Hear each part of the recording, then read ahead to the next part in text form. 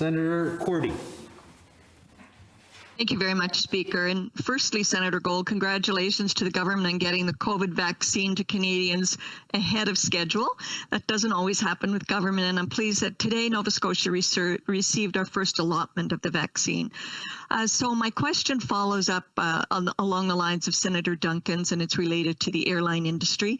And as the COVID-19 pandemic stretches on, we're seeing the devastating effect that it's having on Canada's airline industry. And between April and August, airports in Atlantic Canada have reported a 92% decrease in passengers over a year ago, with losses expected to be in the area of $140 million this year. And industry experts are not expecting service to return to regular passenger levels until 2024. That's a long way off. We're seeing airlines reducing or altogether stopping services to smaller regional airports. And last Tuesday, Air Canada announced that it will stop the remaining flights to Sydney Cape Breton by January 11th, 2021. WestJet stopped its service to Cape Breton on November 2nd. Sydney Airport is now an airport without any commercial air service. And we all know that commercial air service is essential to small regions like Cape Breton. In the new year, Cape Breton will lose a service that is vital to business, to those who commute across the country for work, to Cape Breton University, and to the tourism industry. Senator Gold, in the government's speech from the throne and its economic update, the government pledged their support for regional air routes. So does the government have a plan to support regional airline routes like those to Cape Breton to ensure that some of our smaller regions are not economically cut off from the rest of Canada by having no commercial air service? Senator, thank you for your question and again for raising this important consideration.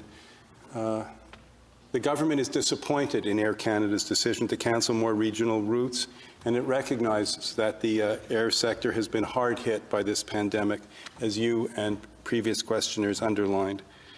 Over the next few years, the government is committed to investing more than $1.1 billion to support key players such as airport authorities and regional airlines. It also acknowledges that the major airlines also need specific support, and that's why it's committed to developing a package of assistance to the Canadian airline industry. But it's important, colleagues, to understand that before the government spends taxpayer money on airlines, the government will ensure first that regional communities retain air connections to the rest of Canada and Canadians get the refunds that they deserve. Thank you for that, Senator Gold. Time, Senator, as you know, is crucial. Sorry, Speaker, I went ahead of you. Thank you very much for that, Senator Gold, because as you know, time is crucial for those living in smaller regions in Atlantic Canada. And in fact, all of Canada, the smaller regions particularly.